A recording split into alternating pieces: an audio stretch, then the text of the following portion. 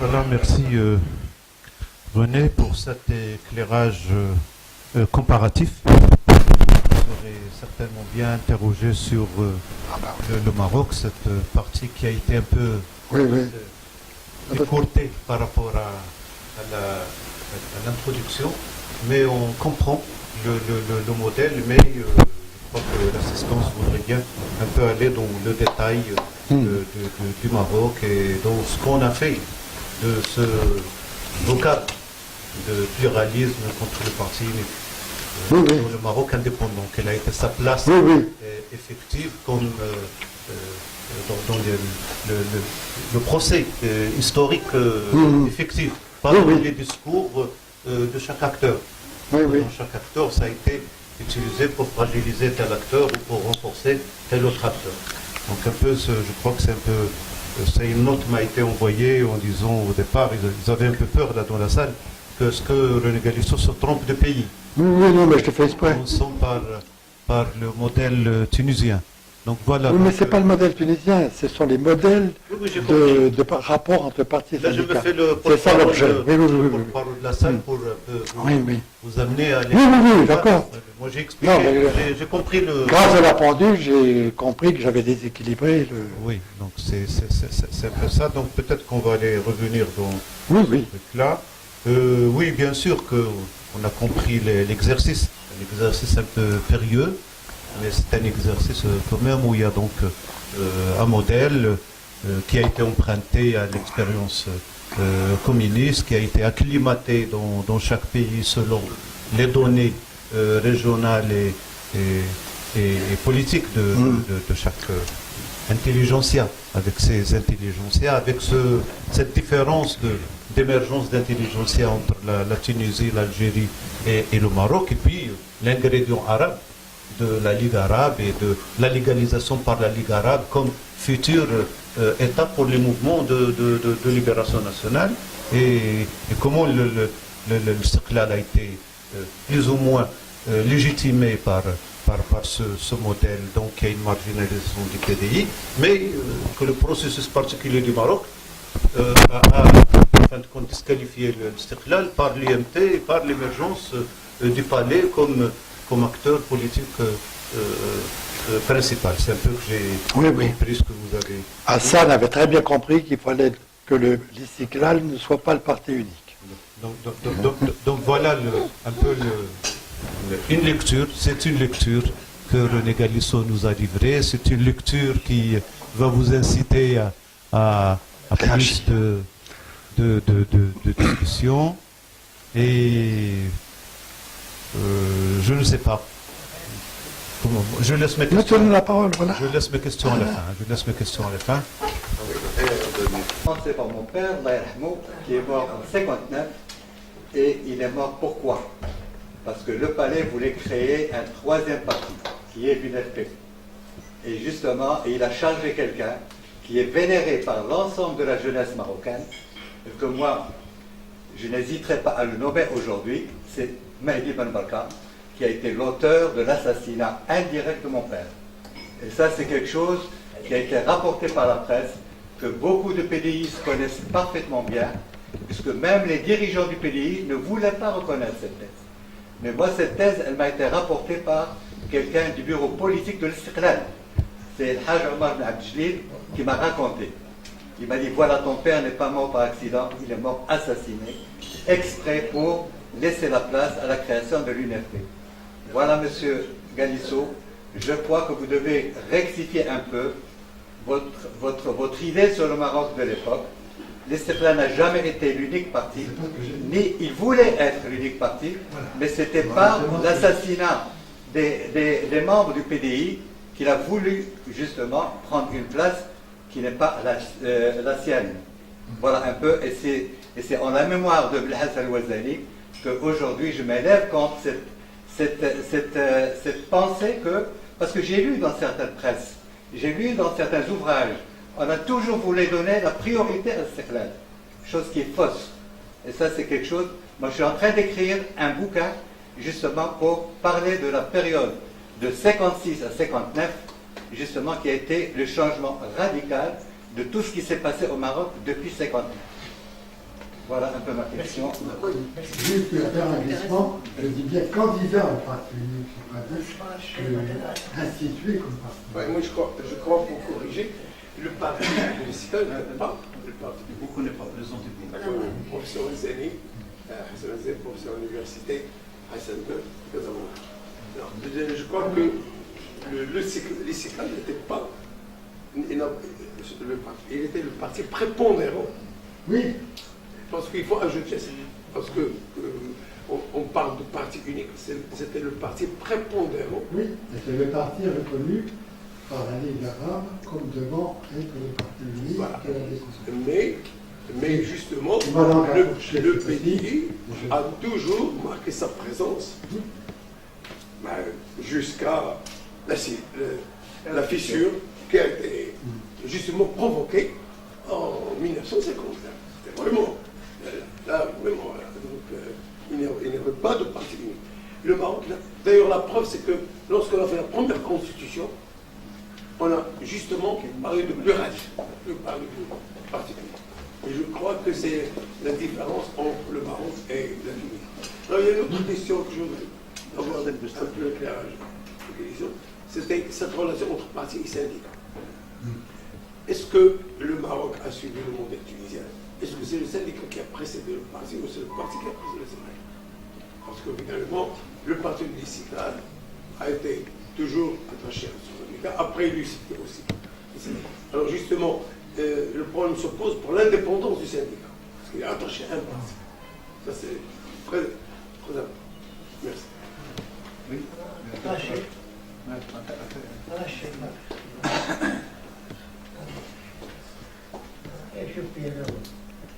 السلام عليكم. بالنسبه لي كان افضل تنسمع فرنسيه صعبه، ولكن نتكلم باللغه العربيه.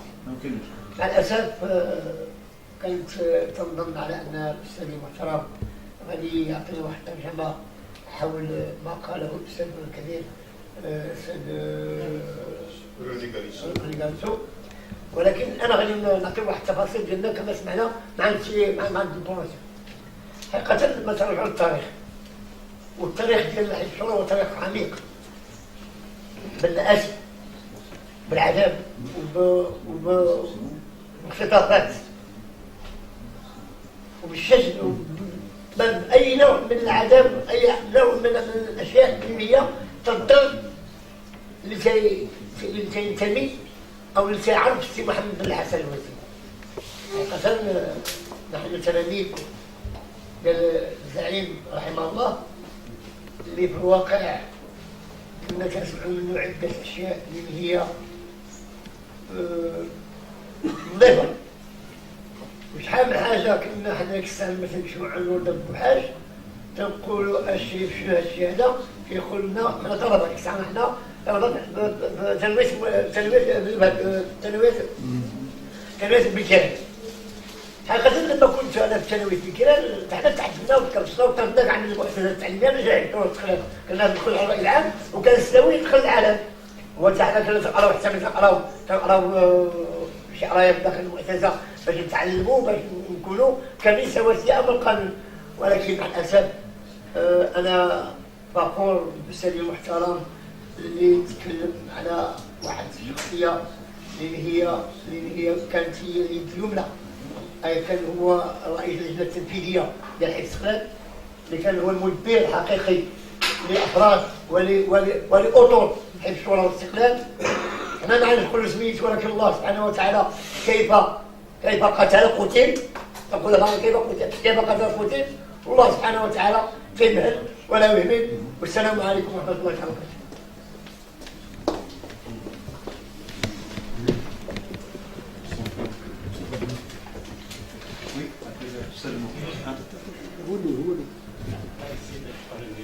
عندكم شي علاقه؟ خذ الكلمات لا ارفعي دخل على السيد. هذا السيد لا عندهم علاقه. اصحابي ما عندهم رسميه. شكرا يا سلطان. Intervenir parce que il me semble que le thème traité par M. Galissot est extrêmement important. Je crois que l'éclairage historique permet au parti quand même de nous comprendre un peu de l'enjeu du pluralisme et surtout le problème que pose la construction d'une société pluraliste, des systèmes politiques pluralistes. Souvent, le pluralisme, on voit quand même à une forme de constitution d'un champ politique, n'est-ce pas? Un modèle de gouvernement, une forme de gouvernement. Et c'est ça, à mon sens, l'enjeu. Alors, on pourrait peut-être entrer dans des questions de détail ou parfois de questions, disons, de caractère plutôt historique qui peuvent nous orienter vers, parfois un peu vers une tournure polémique. Mais il me semble que on pourrait peut-être éviter cela en se posant la question, au fond, pourquoi nos sociétés ont de la difficulté, en tout cas nos systèmes politiques, ont de la difficulté à se constituer sous la forme d'un pluralisme politique. Je crois que l'éclairage est intéressant, bien que peut-être l'intervention de M. Gaïsson n'ait pas été dès le départ orientée vers cette question, vers cette question, mais je pense que l'intervention est très intéressante parce qu'elle nous éclaire sur la difficulté, au fond, dans nos régions, Maroc, Tunisie, etc., Algérie, à climater le pluralisme. Et au fond, je crois qu'il nous le donne en disant que, au fond, bon, l'éclairage historique nous donne à voir l'émergence d'un certain pluralisme. En fait, M. Gaïsson a raison de montrer dans les différents cas, Tunisie, Algérie, etc., le Maroc, mais en même temps, il donne à comprendre pourquoi finalement ça ne prend pas, le pluralisme. Pourquoi ça ne prend pas? Contexte nationaliste, donc qui favorise la tendance de tel ou tel acteur politique à se faire le représentant de la nation, du peuple, etc., avec une forte potentialité à devenir ou à se considérer le parti unique. Vous avez raison, parce que vraiment une certaine culture qui s'est formée dans ce contexte-là a poussé un petit peu dans ce sens-là. D'autre part, le modèle parti, syndicat, organisation de masse. Je pense que c'est très important à comprendre, à saisir, pour comprendre un peu la difficulté que nous avons, un peu dans notre histoire, à acclimater, à intégrer le pluralisme politique comme constitution d'un système politique. Et M. Gaïsson a raison de montrer que, au fond, le même schéma se reproduit. Que ce soit en Algérie, en Tunisie, et plus tard en Maroc.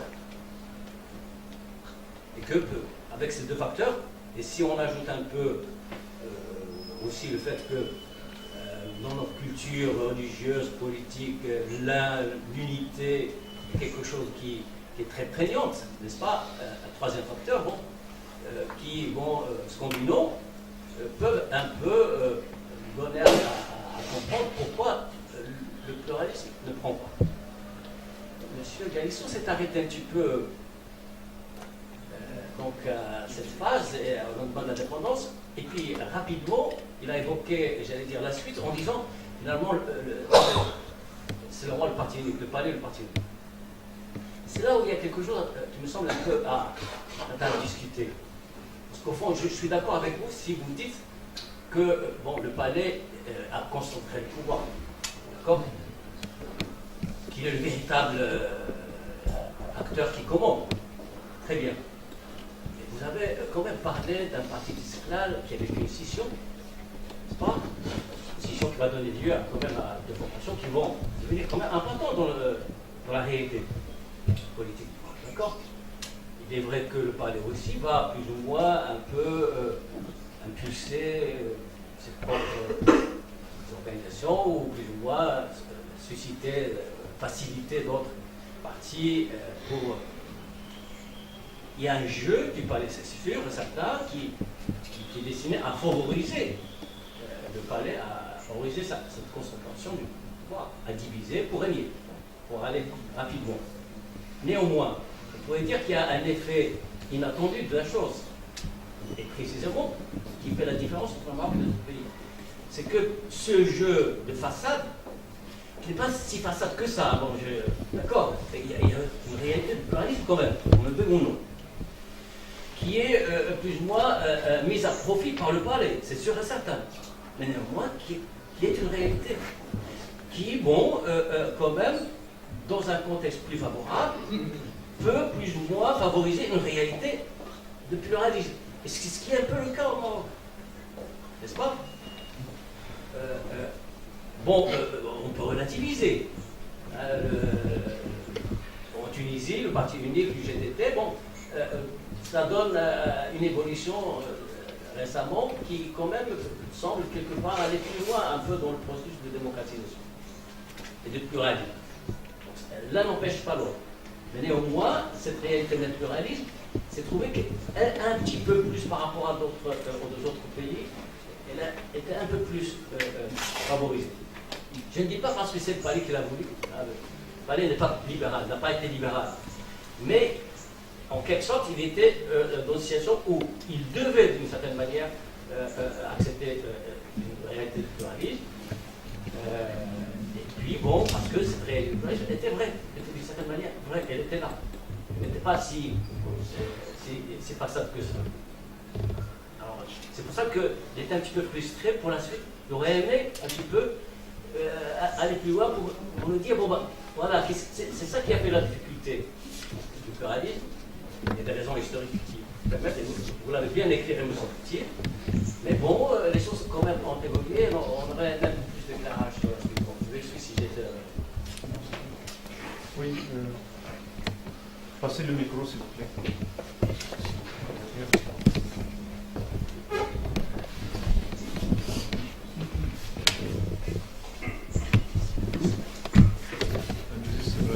Présentez-vous. Brahim Qadim. Oui, c'est bon. Brahim Qadim fait partie du mouvement culturel amazigh.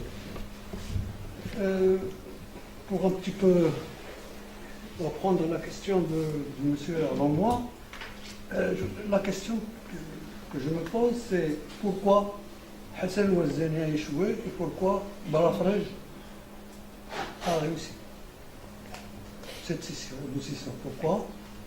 Justement. Voilà. Merci. Il y a d'autres interventions? Allez-y. Ouais. Je peux répondre juste à cette dernière question. Ben Hassan Ouazzani n'a pas échoué. Balafrej n'a pas réussi, parce que ce n'était pas Balafrej à l'époque. Disons que c'était un prince qui voulait garantir un peu son avenir, et c'est lui qui a poussé justement à la création du troisième parti. Maintenant, je me pose la question, pourquoi chercher le multipartisme quand on sait que dans le monde entier, il y a des démocrates, des républicains, finalement, il y a toujours une moitié et une autre moitié d'une autre tendance. Et il y a bien entendu une certaine alternance qui fait vraiment jouer la véritable démocratie dans un pays donné. Eh ben, ça existait avant 59. Il y avait le Istiqlal, il y avait le PDI.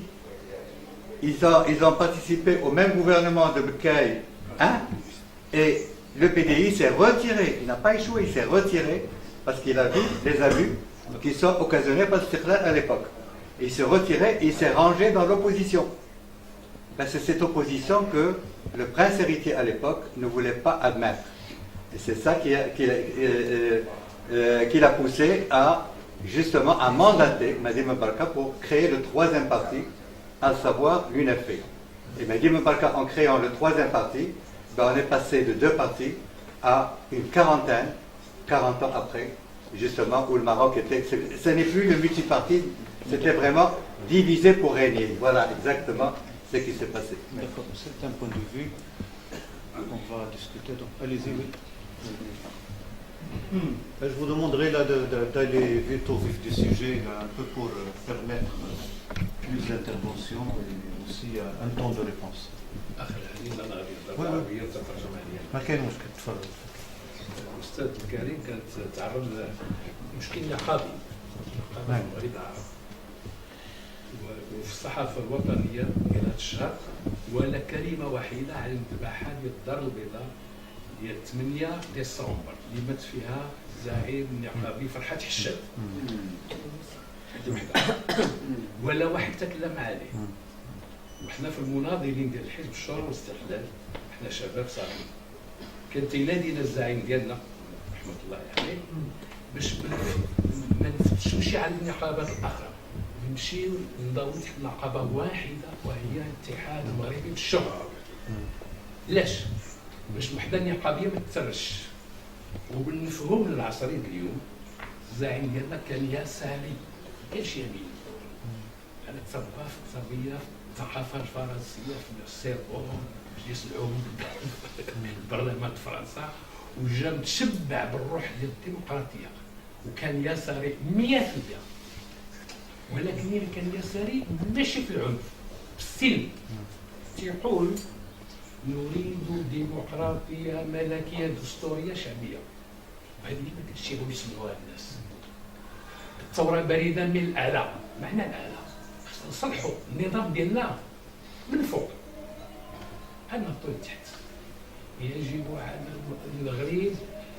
المغرب محتاج لعمليه جراحيه لاستئصال داء من الجذور ديالو باش يكون الاصلاح ديال المغرب. وهذا مات شهيد على الوطن ديالو. ورجع الكلمه ديال ستيفن المقيت وقلت مره اخرى ممكن باش ما ننساش ممكن اللي غير نترجم ليه واخا تمشي للامور اللي واحد الكلمه باش نختم. تفضل. والزعيم ديالنا ماشي ما كانش باغي التقدم في المغرب. علاش كان خرج الحزب الثالث بحال اللي بقى ستيفن المقيت اتحاد القوى الشعبيه الى اخره. كانوا تيقولوا في الري ديالهم ما عارفينش يشق الراس بالحشا شنو فيه. تيقولوا له اجي معنا وتكون في المستقبل كما ناقلك. لا، هذا النظام خصو يتصلح من الداخل ديالو ماشي باش نلغيوه. هذا هو الخلاف اللي كنحنا مع الاتحاديه باش ما الشهيد والموقيت ما جي لطنجه باش يعمل حمله اللي عازه التشكيك في النوايا الحزب. الخوارج خرجوا داو الحزب معاهم لمصالح خاصه وبقينا نقاسيو الى يومنا هذا. والاخوه الله يخليكم خصكم تسمعوا واحد القضيه نقولها لكم من القلب ديالي صافي. راه باش تسمعوا حزب الشورى في التلفزيون تيمثلوا واحد المرتزق في الحسين في الخميسات وتستقبلوا الداخليه وعاطينو الدعم وتيمشي للعيون وتيصرح في التلفزيون اسم حزب الشورى والاستقلال.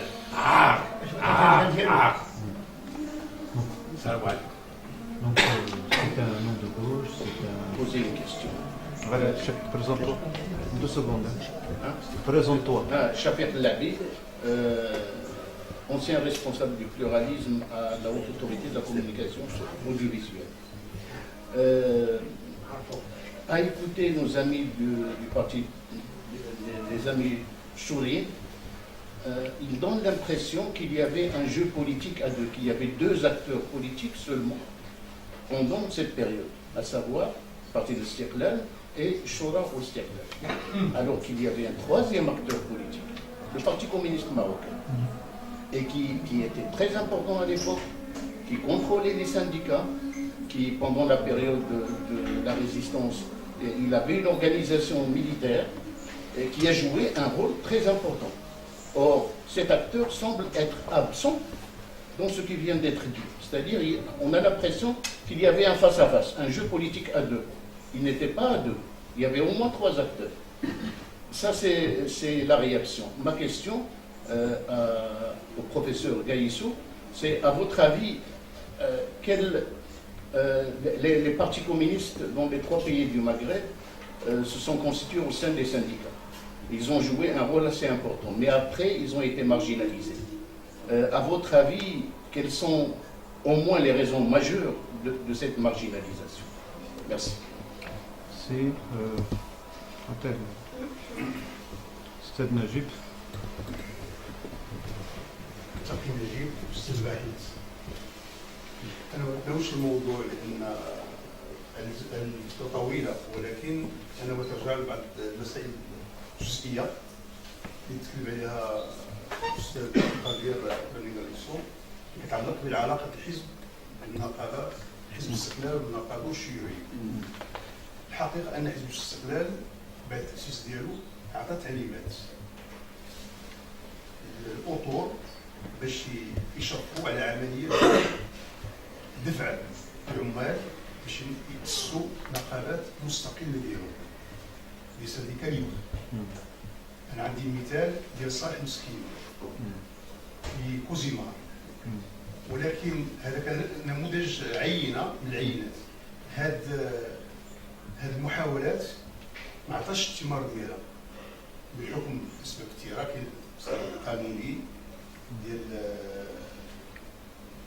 عدم السماح للمغاربه باش يخرجوا في النقابات، كاين الحضور القوي ديال الشيوعيين في السي جي تي.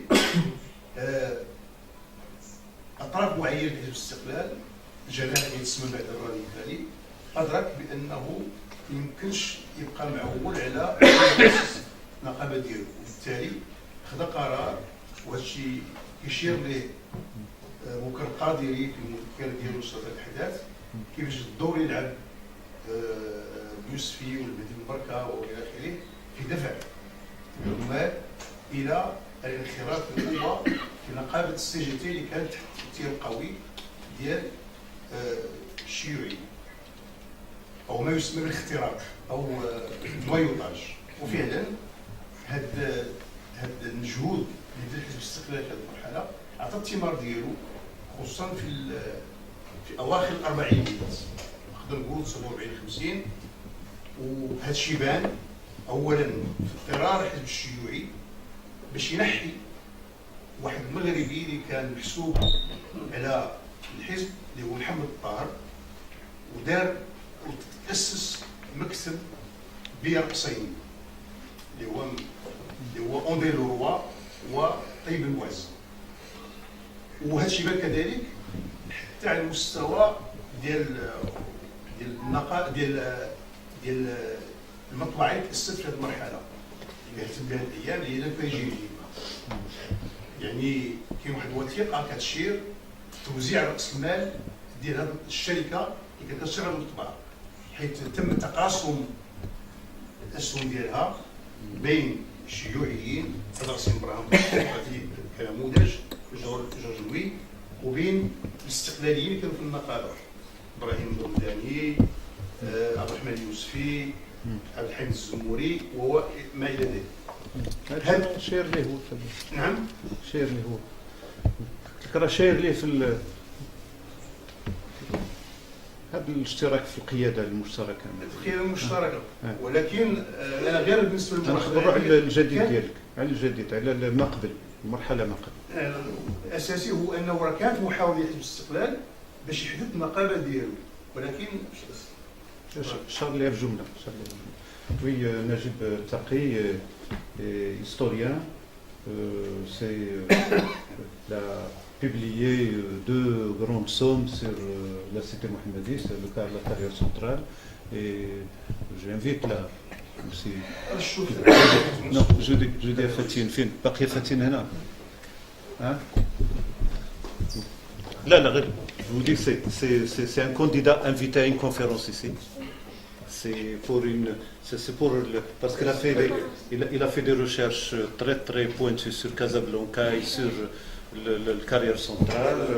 C'est un historien des archives qui a fait la remarque. Hein? Oui, d'où je vous interpelle parce que son intervention est très très condensée alors qu'il a des choses à dire ici. Alors, en ce qui concerne sa question, c'est que avant que les Istiklaliens et la noblesse, etc., de dire allez-y, investissez la CGT, ce qui a amené en fin de compte à partager même la direction. Il a même donné des détails sur l'imprimerie qui était liée à ça, Imprijima. Il a tous les documents de partage des actions, même de Sarfati était membre de ça, d'où donc ma remarque. Il y avait une partie avant, ils ont fait des tentatives.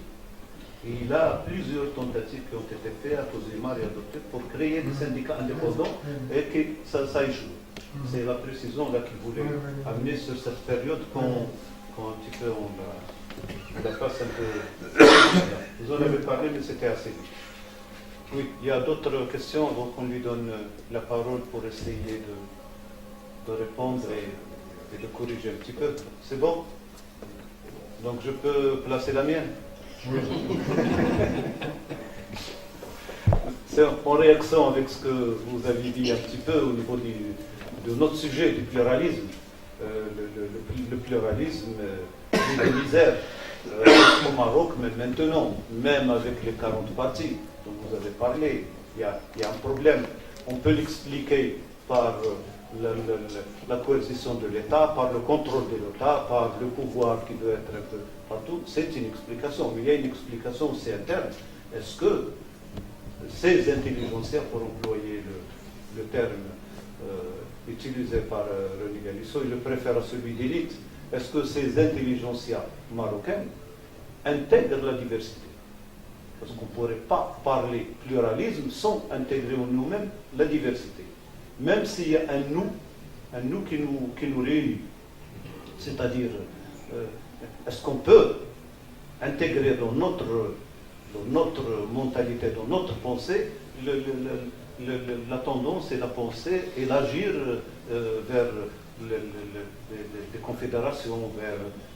ça, il y a difficulté. C'est pour ça que même les différents partis vivent des scissions. Chaque fois qu'il y a un différent, il y a des scissions qui se reproduisent.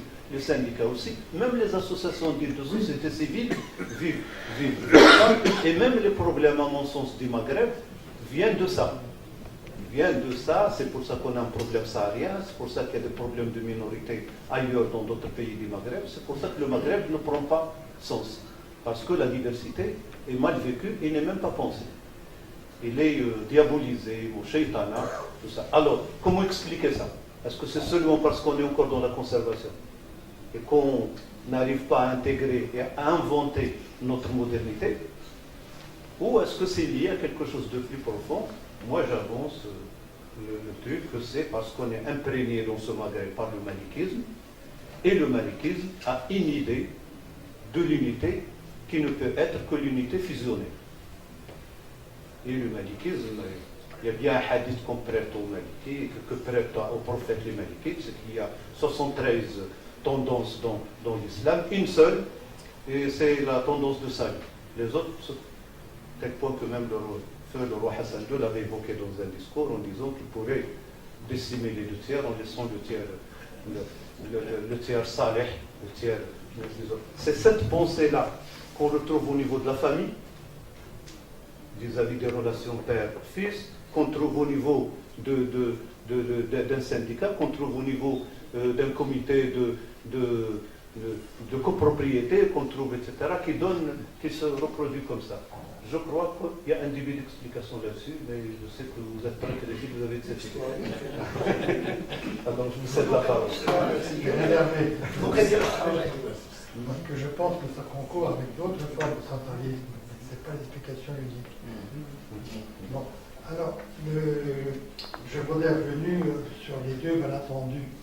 Le premier malentendu, qui est probablement le plus sensible, c'est le fait que, sans glissement de parole, je n'ai pas dit que l'Istiklal était un parti unique. Et pendant toute la durée politique que j'ai évoquée, il y a eu plusieurs partis, dont le PDI, au Maroc. Donc, c'est une pluralité de fait. Bon. Et peut-être que je n'ai pas fait assez apparaître, ou bien que parfois je l'ai glissé. Ce que je veux dire pour l'Istiklal, c'est qu'il se donne la vocation et qu'il est reconnu par le mouvement politique du monde arabe, il est reconnu comme candidat, j'ai bien dit candidat, à être le parti unique à l'indépendance. Hein. C'est pas du tout la même chose. Ça ne veut pas dire que les autres n'existent pas. Ça veut dire que l'avenir à l'indépendance va se jouer à travers le parti unique. Et c'est ce qu'a compris Hassan II. C'est pourquoi, le prince Hassan, c'est pourquoi sa première opération, ça a été, somme toute, d'empêcher que l'Istiklal soit le parti unique. Bon. Donc, peut-être que j'ai eu des mots par glissement, mais il ne s'agit pas de la réalité de l'Istiklal comme parti unique, il s'agit de la candidature de l'Istiklal et de sa conformation sur le modèle du parti unique. Alors la deuxième chose que je viens de prononcer en même temps, c'est comme je dis le palais, le parti unique au Maroc. Il est bien évident que c'est une image. C'est pour dire que c'est le centre de pouvoir, donc, qui écarte précisément toutes les autres formes de pouvoir ou qui les met dans sa dépendance. Une toute petite parenthèse, si Balafrège apparaît à Brazil, c'est dans une alliance avec le palais. Bon. Donc on peut avoir des réserves sur cette réussite. C'est peut-être pas le mot qui convient, le mot réussite. Hein. Alors, pas de malentendu, le palais n'a pas le caractère d'un parti. Il a le caractère du monopole du pouvoir. C'est pas la même chose.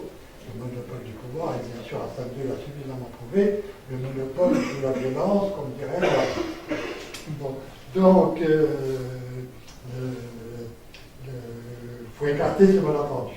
Ensuite, ma conférence ne porte pas sur le PDI. Il n'y a même pas le terme de PDI, c'est Sprague. C'est pour voir comment s'est posé le problème des tentatives ou des projections ou des négations. Ah, je crois que c'est la négation qui domine, comme vient de le rappeler Mostafa, du pluralisme. Le pluralisme a été à la fois est resté à l'état d'ambition de l'Istiklal, et d'autres partis aussi. Hein. Et ensuite, le pluralisme n'a pas été, que d'une façon,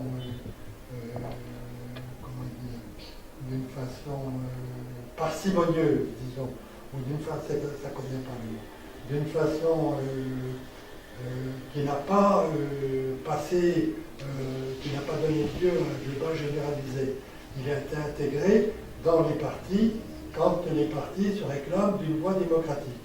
Alors avec une très grande inégalité entre les partis pour se réclamer d'une voie démocratique. Mais dans le cas du Parti communiste algérien, du Parti communiste marocain, comme les autres partis communistes, on peut se demander même ce que veut dire le Parti démocratique. Alors que dans le cas du PDI, je crois que les choses sont assez claires sur la voie démocratique et le respect démocratique. Mais ça n'a pas gagné une audience au-delà, si je puis dire, du ralliement principalement de l'intelligentsia dans ses différents modes au PDI.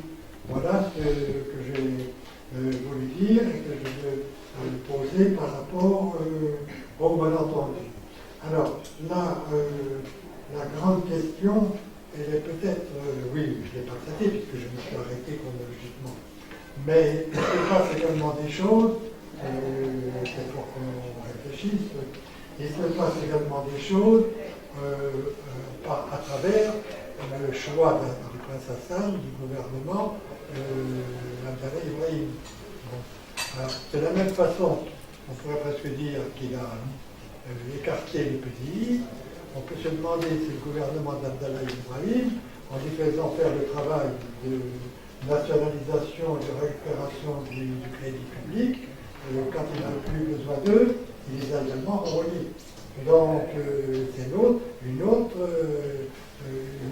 mise de côté.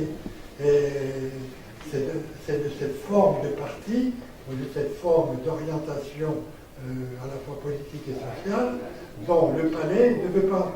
Et comme le palais n'en veut pas, ça ne doit ni être inscrit dans la Constitution, et ça ne l'est toujours pas. Ah oui, ça c'est le dernier compromis, capitulation si l'on peut dire, de Youssoufli. Hein. Son contrat avec Hassan II est un contrat sur la même inscription de parlementaires de l'intérieur de la monarchie. Hein. Donc c'est pas dans la Constitution. Et d'autre part, cette demande démocratique n'a pas donné lieu à des élaborations, à des développements dans la conception des partis, dans le travail de projection politique des partis, très peu. La voie démocratique, c'est souvent une phrase répétée. Bon. Et là, oui, c'est une lacune. Bon, à chercher à expliquer cette lacune, ça serait difficile. Mais là, il y a quand même un déficit. Bon. Mais ce déficit n'est pas pour le Maroc. Alors ce déficit est, si je puis dire, accru aujourd'hui, parce que dans tous les régimes parlementaires, ça ne reste plus. Le régime qui est encore le plus proche du régime parlementaire, je vais vous faire sursauter, c'est le régime israélien. Car il y a la proportionnalité de la représentation au Parlement, si bien qu'il y a forcément pluralisme, et si bien que le Premier ministre est obligé de chercher des alliances, et il est obligé de manœuvrer à travers une des dernières formes de Parlement, et en respectant le Parlement. Mais partout ailleurs au monde, partout, on ne peut jamais dire partout, il y a toujours des exceptions, des formes mitigées, mais les pouvoirs sont devenus présidentiels, où l'exécutif est devenu à des ressources pour tourner la voie parlementaire. Le résultat, vous le connaissez tous, c'est que quand il y a des élections, il y a que moitié des électeurs qui votent. Et parfois moins de moitié des électeurs qui votent. Et la coupure est de plus en plus grave entre les partis politiques constitués et les modes de représentation qui sont démocratiques et dont le mouvement associatif cherche à faire avancer d'autres formes. C'est ça qui est intéressant au Maroc par rapport à l'Algérie. Bon, c'est qu'il y a un mouvement associatif qui cherche à avancer d'autres formes démocratiques, y compris d'autres formes de représentation des femmes, des jeunes ou des régions ou des minorités. Donc c'est une forme de pluralisme, ça. Hein, c'est la pluralité. La pluralité est pour partie prise en compte insuffisamment, je suis d'accord avec toi, insuffisamment en compte par la partie la plus dynamique du mouvement associatif, celle qui ne se fait pas accaparer par le pouvoir du palais, ou détournée par les subventions du pouvoir du palais. Alors, le palais a un formidable pouvoir de subvention. Donc, c'est ça le grand problème démocratique d'aujourd'hui. C'est plus dans les termes du programme démocratique des partis qui sont empruntés à feu les régimes parlementaires, si je puis dire, c'est dans la recherche de porte-parole et de représentation et de mise en action locale et régionale des pratiques démocratiques. Et il n'y a guère que les associations qui réfléchissent sur ces pratiques démocratiques. C'est là que l'on est, et c'est une explication du déficit. Alors, dans la question, je l'évite, oui, dans le dictionnaire biographique du mouvement ouvrier au Maroc, Galisso, Oven, Agache, bon, dans ce dictionnaire, dans les notices biographiques, on trouve les noyautages ou les tentatives d'entrée de Yousoufi, de Ben Barka, à l'intérieur de l'UMT, en particulier à la COSUMA, et dans d'autres secteurs, qui montrent qu'ils avaient choisi l'entrisme, si on ose dire, dans le syndicalisme de l'UMT, ce qui était se détourner du schéma à 5 partis-syndicats. Et c'est la création des partis par le roi, et non pas l'existence du PDI. Le PDI est pour l'adhésion à l'UMT. Je l'avais dit dans ma communication au colloque. Donc le choix n'est pas là. C'est les autres partis, et surtout les partis dissidents de l'UNFP, et les partis qui vont créer, qui vont reprendre le schéma parti-syndicat dont ça vous donne le pluralisme, le prétendu pluralisme syndical d'aujourd'hui.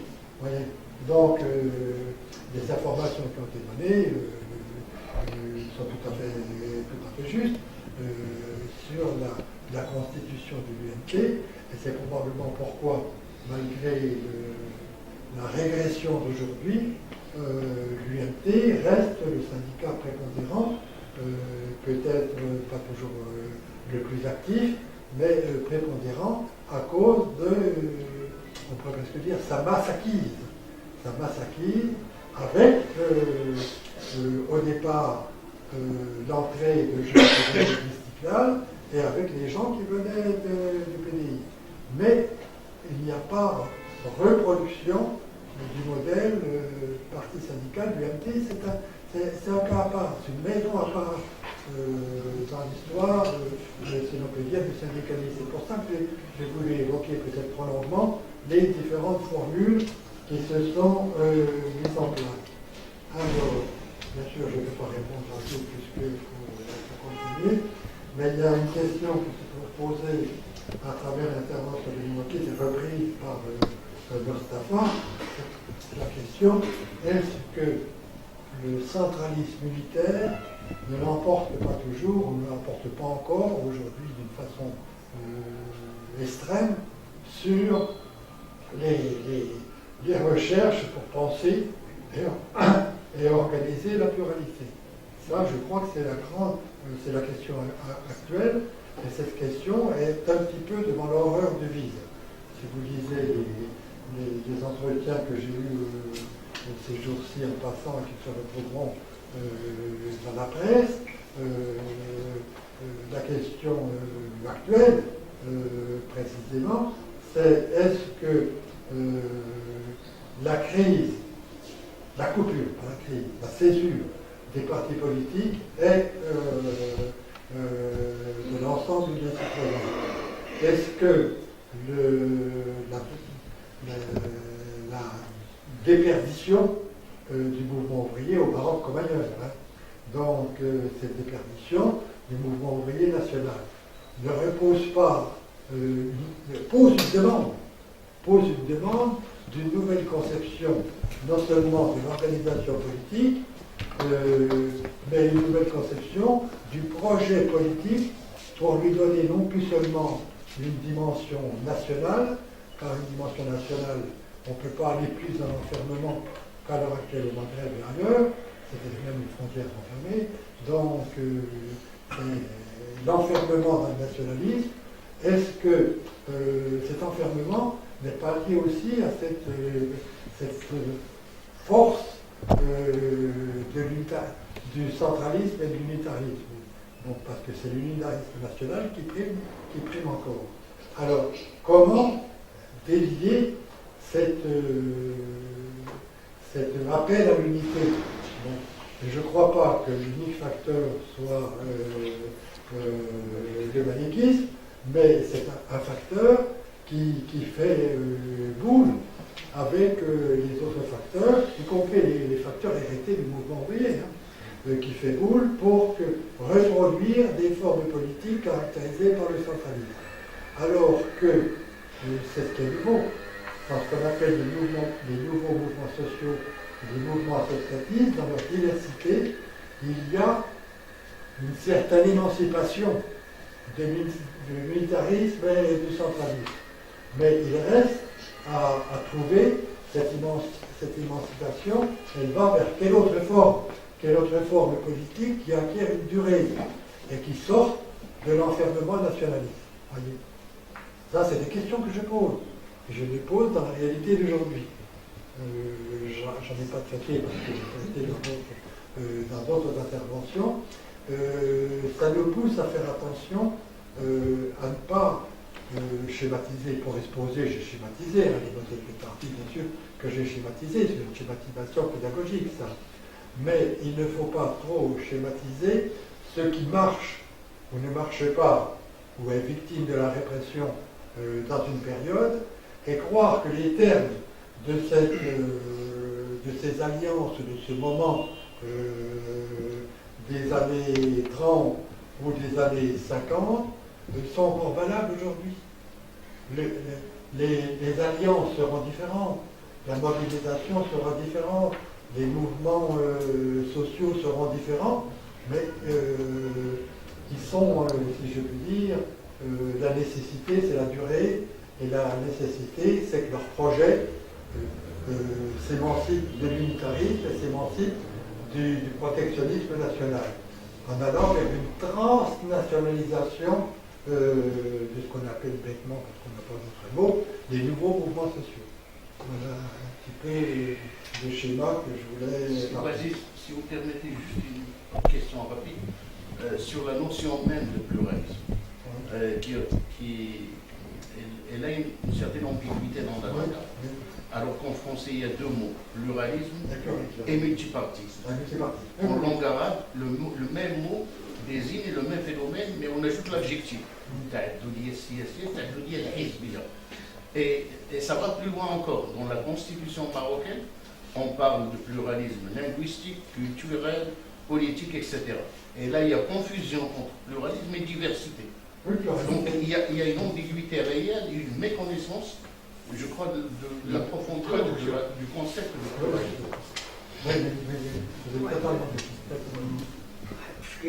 وي التفكير واش كيف انك كتفهموا به لما كان حي الشورى والاستقلال سي نضل وجاو مناضلين عند الشاعر السي محمد عسى رحمه الله كتب واحد الرساله لصاحب جلاله محمد الخميس الله يرحمه اكلوا قلبوا فيها قالوا راه حنا نتلمنا راهي معنا هي باش تخلص واحد الداير تعدي وحده هما يخرجوا وكذلك. Donc,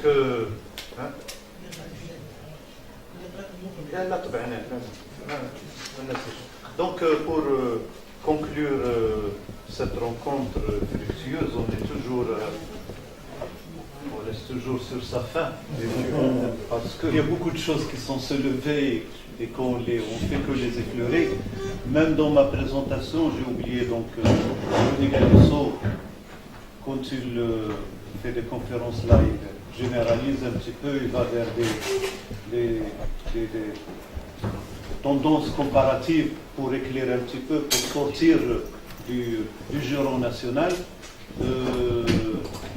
On a l'impression donc qu'il n'est pas allé vers des choses pointues, parce que je n'ai pas présenté donc il a fait deux travaux qui sont importants. Un travail sur les syndicalistes maghrébins, donc deux gros dictionnaires. Un dictionnaire sur les syndicalistes marocains, c'est avec son travail, ses fiches, les fiches d'Albert Ayache qui a donné à l'Institut Maghreb Europe et les fiches de Georges Oved qui les a cédées aussi à l'Institut Maghreb Europe. Mais c'est un travail donc, qui a été fait, c'est un dictionnaire Maroc à travers ces syndicalistes, donc des pointus, des biographies. C'est des biographies de chacun, etc. Donc on va vers le détail. Et je le dis en pensant à mon ami Najib, qui va vers le détail, qui est donc un historien érudit. Je ne sais pas si vous êtes déjà passé là, mais si vous n'êtes pas passé là, il faudrait que vous passiez là. Il faudrait que ce public fasse connaissance avec vous et avec vos travaux.